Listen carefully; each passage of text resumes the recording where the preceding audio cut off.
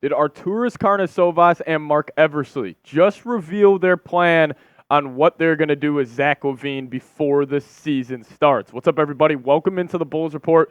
My name is Patrick Siepman. Artūras and Marc both had a very interesting press conference this past weekend before the Bulls Summer League game versus the Golden State Warriors. So we got all the quotes heading your way in just a second. But I do want to start off today's show showing some love to the first-round pick, Matas Buzelis, as he has been lighting up in the Summer League so far.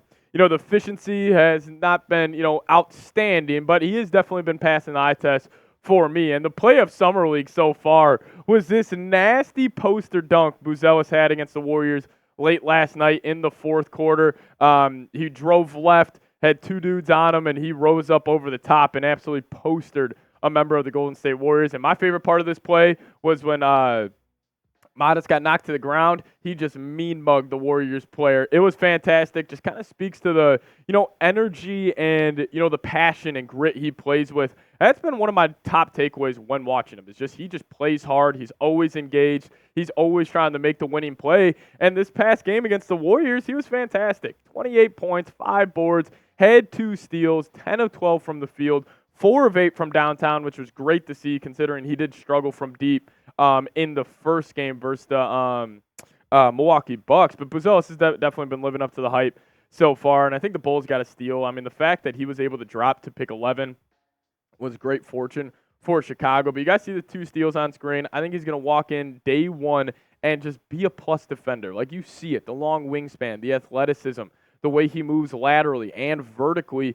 He is one of the best athletes on the floor right now, and this is my take. Like, this will be a process for Buzelis. Like, there's no doubt about it. I'm not saying, like, day one he's going to come in, average 15, 6, and 6, be incredibly efficient, but he passes the eye test. And, like, with what I've seen so far from him, it has been fantastic. I love his little turnaround jumper once he gets to the lane. I think he looks great there. So, overall, I've been a big fan of watching him play. He plays super hard, and I'm just super excited to, see this man just continue to develop in his young career. So that was my thoughts on Buzelis. But now coming up, we are going to be diving into the press conference from Marc Eversley and Artūras Karnišovas.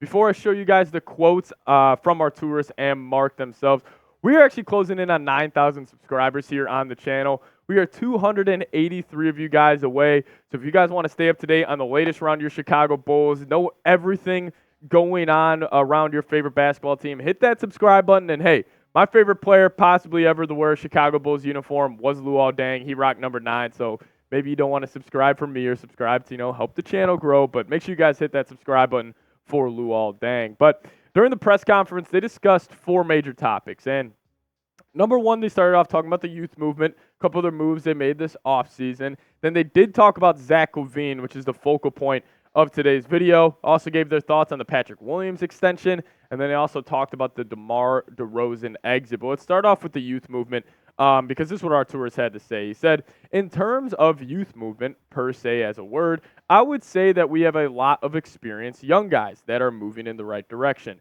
And I think the changes that are happening right now are going to help us build for the future. That's the best way to do it. And it's still not a final product. There's going to be constant adjustments. And I think 3 years ago, when we came up with our plan, our formula that worked for a short period of time until we got into injuries, the reactions the second year, and then obviously we waited a third year to see where we were at. Now, we're kind of making these changes. You could argue with it's too late or early, but that's where we are right now. Artūras, I can definitely argue that it was too late. That's been my biggest gripe about this youth movement and this rebuild is that it should have started last NBA trade deadline. It should have started last summer because now we're in a situation, Vooch and LaVine aren't necessarily just stuck on this basketball team. There is no trade market. Shams Charania actually dropped a report early on this morning discussing all the latest trade rumors around the NBA. He had reports on Markkanen. He had reports on Brandon Ingram. There is nothing on Zach LaVine because there is no trade market for him. But I will say this. I appreciate the self-awareness from Artūras. I think clearly he knows he should have started this a while ago. And so I do appreciate the self-awareness that he understands that, yes, even though we didn't start this last summer, we needed to start it this summer. So, because honestly, guys, heading this offseason, I thought there was a chance the Bulls were still going to run it back. But speaking about running it back, this is what he had to say about it heading into this past season. He said, we felt that we owed that to the group to give them a chance to figure it out. And when we cannot figure it out, that's when it's up to us to have direction of the team and make changes. And that's what happened. And I understand what Artūras is saying here, that you want to give like the players who, got you to the top of the Eastern Conference for half a season the respect of having them, the ability to run it back. However, if you want to be an elite front office, whether it's any major sport, honestly just be an owner of any business out there, you have to see around corners. You have to see trends. And the fact that the Bulls front office wasn't able to recognize that the DeRozan, LaVine, Vooch core wasn't good enough to even win a single playoff game following the 21-22 season, I honestly think that's organizational malpractice. So I understand what he's saying, but as a president of basketball operations, you have to see around this corner, no doubt about it. But let's dive into the juicy part here. When Artūras was talking about Zach LaVine, and he kind of bounced around the question, didn't really attack it head on, but this is what he had to say. He said, I don't think there's a perfect way of doing things in terms of sequence. We prefer certain things to go first. I think sequentially, it's very hard to predict what the market is going to be. That's why I'm saying I don't know what's going to happen. After the season, I said everything is on the table. We're not going to make deals that are not going to make us better. We're going to be patient with that. But I think we're far away from a finished product now. And listen, there's no doubt about it. Moves still need to be made. But that one part of the quote where he was saying that it's very hard to predict what the market is going to be. And I said everything's on the table. But this part, we're not going to make deals that are not going to make us better. I am almost pissed off by hearing that, because the Bulls are in a position right now with their first-round pick. If that does not convey, this offseason would be a total disaster. Like, there is no doubt about it. Like, that's why I'm in the camp that the Bulls just need to move off Zach LaVine before the season starts. Attach that Portland pick. Attach those seconds you got from Sacramento. I don't care if it doesn't make you better tomorrow, but it will make you better down the line, because it will be a disaster. Bulls run it back. Let's just say LaVine and Vooch are on the team, and you run out Josh Giddey, Kobe White, LaVine, Patrick Williams, and Vooch. That's your five. That five's good enough to win you 35 games in a season. So that will most likely mean that the first-round pick won't convey. That heads to San Antonio, and then you lose out on getting a potential stud, in this year's upcoming NBA draft. But he also said this about LaVine's injuries heading into training camp. He said, we expect Zach LaVine being fully healthy, and he is healthy. I think he can help this group next year. Brutal to hear. He's been professional. Again, he's healthy. We expect him to be with us at the start of training camp. Well, I hope he would not be with the Bulls at the start of training camp. Please move him before the season, before this gets ugly. You can say all you want about, I think LaVine's going to help this, young core. He's going to help these guys develop. One, I don't think LaVine wants that. Two, is that the best decision for the Chicago Bulls, is having Zach LaVine be the mentor for these young guys? I don't necessarily think so. But how much can he actually up his value? Like, that's the argument on people when it's talking about keeping Zach LaVine, is like, oh, well, we can just keep him for the first couple of months, and then he'll up his trade value, and then we'll go from there. How much can he actually do so? I just think it's an incredibly risky move for the Bulls, and I would ship him off by any means. Any means this offseason. Just don't give up any of your own first-round picks. But you guys predict it for me down below. Will Zach LaVine play another game with the Chicago Bulls? Give me a Y for yes or an N for no down in the comments section. I'm going to say yes. I think he's on the team day one. So you guys let me know your thoughts down below. But they also talked about Patrick Williams and DeMar DeRozan, and I thought what they said about Patrick Williams was actually pretty spot on. This is what they had to say. He said, I think expectations, again, it's going to be up to Patrick.